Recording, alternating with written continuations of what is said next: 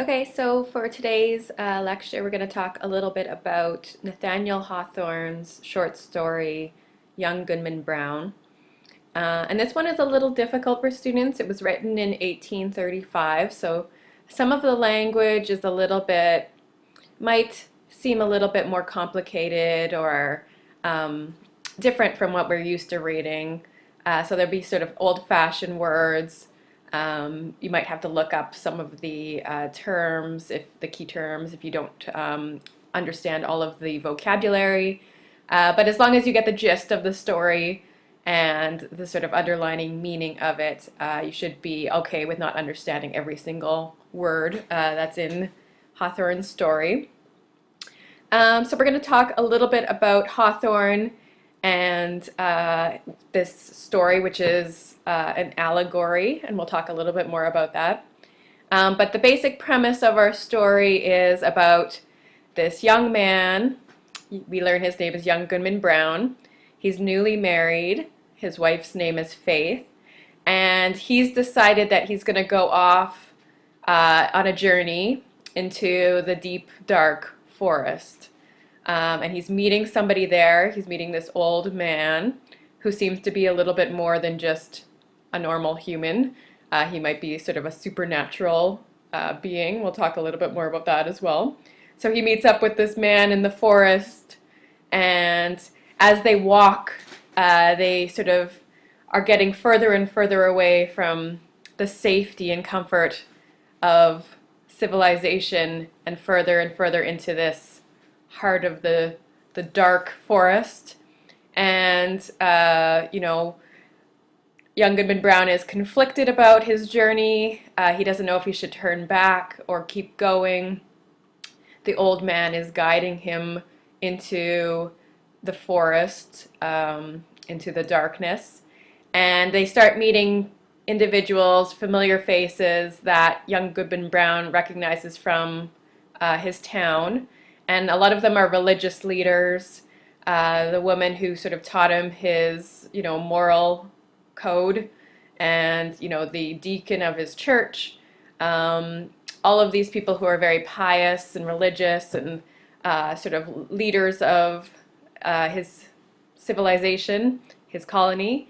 And he sort of doesn't understand how they, or why they're doing, what are they doing in the dark forest at this time of night, and why are they friends with this sort of almost like a devil-like figure who's leading him into the dark forest. So he sort of comes upon all these individuals that he meets in the forest, and then eventually it's a moral conflict that he's facing, to keep going into the dark forest or to turn back and return to his loving wife Faith.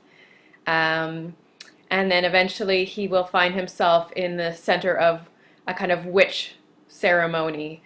So a kind of congregation of witches, and it's almost like a devil ceremony where there's sacrifice and baptism into sort of an evil group of people. And then he sees his wife there, so it's kind of a moment of disillusionment for young Goodman Brown, seeing his wife, who he believes to be, innocent and pure, at this congregation of what he sees as immoral people. And he's also there, so it's outside of his realm of experience, and, it's defying his clear ideas of what's right and wrong, seeing all these very pious religious folk in a place where he considers sinful or evil. And then he wakes up in the forest, and it's as if everything that he just experienced was a dream. And he doesn't quite know if he actually had that experience or whether it's just a figment of his imagination. And we as readers also kind of have to piece together whether we think that this was just a dream or something that he really experienced. Either way, it does change him as a person. His personality changes, the way he views the world around him and others in his community. He views them differently. He becomes, in general, a sadder, more serious, more distrustful man. No longer sort of a trustful, naive, innocent man. He's now become somber, sad, and distrustful of others. So he believes that he can't trust anybody anymore. He views the people in his town as hypocrites because he thinks they're just presenting themselves as righteous and religious or pious, when in reality he thinks they're all sinful and witches or worshiping the devil. So he's very paranoid at the end that everybody is sort of conspiring towards evil, and he's the only good person out there. So he's kind of a little self-righteous at the end, but we'll talk a little bit more about how he changes and what that means in the larger context of things. But that's basically the story, is this journey of this young man and how he becomes kind of disillusioned with the world as he once saw it. So we'll talk a little bit more about that in-depth journey of that character, and a little bit more about the context, because that's also important. So the setting and some of the historical background of Hawthorne's story. So we can learn a little bit more about Nathaniel Hawthorne and what he was sort of writing about and how it relates to his own ancestry. So this story kind of fits really well with the sort of background information that we know about Nathaniel Hawthorne. So he was born in 1804 in Salem, Massachusetts. And if you recognize the name Salem, it's probably because you know it as the place where they had the witch trials. So the Salem witch trials, where people, the Puritan community, settled in New England, and there was a lot of paranoia about witchcraft and worshiping the devil. So the witch trials sort of were a part of that process, I guess, of the Puritans in trying to identify or single out individuals who they thought were evil or given towards sin, and then condemning them to death. So Hawthorne has a kind of family connection to that history of New England, where it's his, I think, great-grandfather was the judge at the Salem witch trials, and he sentenced 25 women who were accused of being witches to death. So he ended up, pretty much sending innocent women to their deaths by hanging or burning at the stake, or, they had all these sort of brutal ways of trying to prove that somebody was a witch or that they worshiped the devil. Usually it was just, women who lived on their own or, had, practiced, or were non-religious or non-Puritan, or somebody who, was just, there was maybe rumors about them or gossip, or even there could have been like a personal vendetta against that person. So it didn't have a lot of basis in reality. It could largely be sort of speculation on what they're doing behind closed doors, but it ended up with a lot of persecution and these trials that brought a lot of innocent people died because of these witch trials and the paranoia around that search for evil. So the Puritans were sort of known for their very strong sense of righteousness, that they were the holy ones and they could persecute others based on their, conformity or not to the Puritan ideal. So they saw anybody who wasn't Puritan as sort of heathens, non-believers, and if you were sort of in their targets, if they saw you as an undesirable person, or if there were rumors about you, or you had a reputation as being immoral, or even if they just, didn't like you, you could be accused of witchcraft, and then even further sentenced to death if you were brought to trial. So Hawthorne felt a lot of sort of guilt because his family was so involved in the persecution of innocent people and these witch trials. And we see some of these feelings, these unresolved feelings of guilt in this story, where you have a character like young Goodman Brown becoming sort of saturated in a kind of paranoia about other people's, whether they're good or not, so their morality. And it's interesting how Hawthorne sort of questions Goodman Brown's righteousness at the end as well. So there's a lot of sort of, are the good people really good? And do we have any right to judge others? All of these kind of questions about morality are brought up in this story. So it's a kind of interesting allegory of morality and that search for that path that we all walk in life of trying to stay on the right side of this path and not stray into immoral behavior, but also recognizing that nobody is perfect, and we all have the kind of gray area where we straddle the line between right and wrong.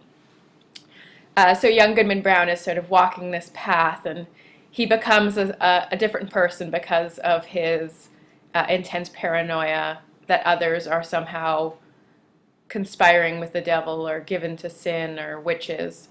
So that paranoia relates directly to this history of the Salem witch trials. So our main characters are Goodman Brown, so young Goodman Brown, the title character. He's a young man, and he's very sort of from a very strong religious background. He's a Puritan. He lives in Salem, and you can sort of situate this story at the same time that the Salem witch trials would be going on. So that's kind of the background context for this character in this community. And he's a young man who is going to be struggling, conflicted, but he's made a decision. So we also know he is newly married. So he's married to a woman named Faith. And these names are going to be we'll talk a little bit more, but they're important, right? So you can tell that Hawthorne is doing something with the naming of his characters, right? So the name Goodman, the name Faith, these are going to be not just characters, but there's ideas behind some of these decisions for naming. So he's grown up in this community. He's got strong ties to the church and the religious community, but he's made this decision to meet this man in the forest, and his wife doesn't want him to go. So she asks him to put off his journey, come to bed. She's had a kind of worrying dream about him, so maybe a premonition or something that's worried her about what's going to happen to her husband. So she's asking him to stay home. And he says, no, I've made a promise.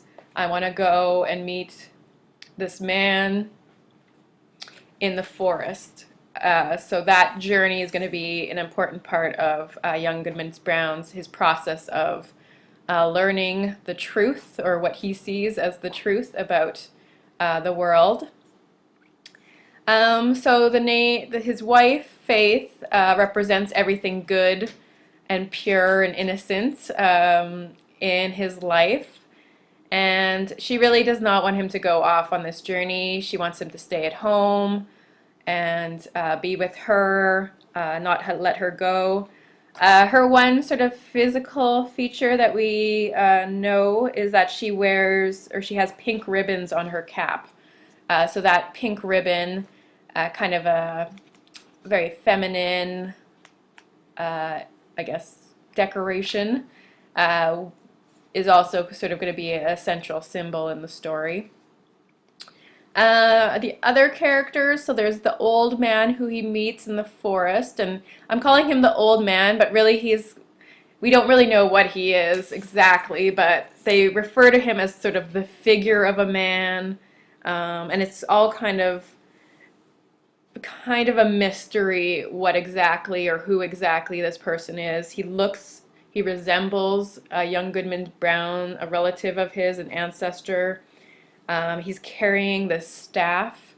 So this is one of the sort of other symbols that's going to be important in understanding some of the meaning behind these characters. But he is the one leading, this old man is leading young Goodman Brown on his journey.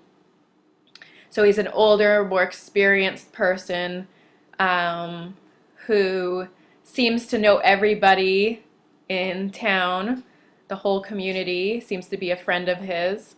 And he has this serpent-like staff that he's carrying, sort of a walking stick, as he takes Goodman Brown through the forest, leading him further and further away from his community and into the sort of heart of the dark forest. Other characters that will come up, so there's sort of religious authority figures of the community that are also in the forest, and young Goodman Brown sort of runs across them in his journey. So they all end up being friends with this old man who seems to be a kind of personification of the devil, of evil.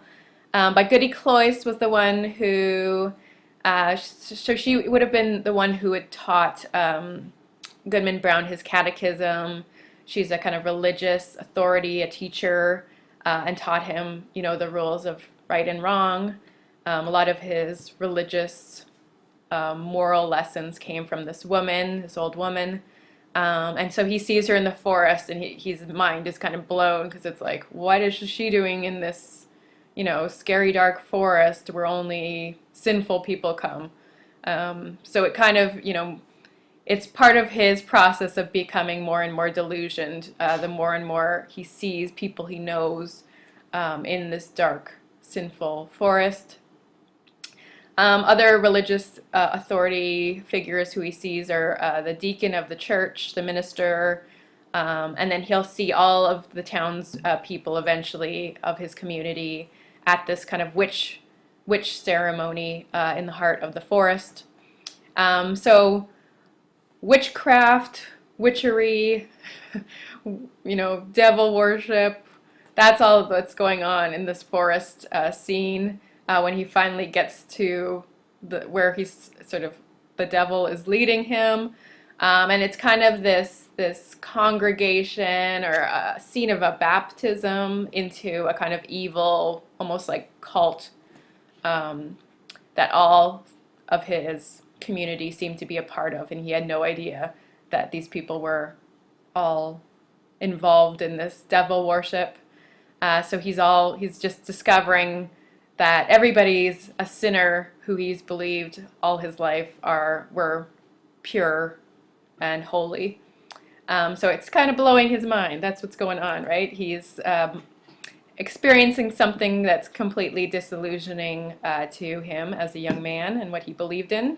All that is being torn apart when he sees everybody congregated in this sinful ceremony celebrating witches and the devil. Okay, so that's our basic story, or the journey that he's on and the characters involved. So we're going to talk a little bit more about the allegorical level of this narrative next.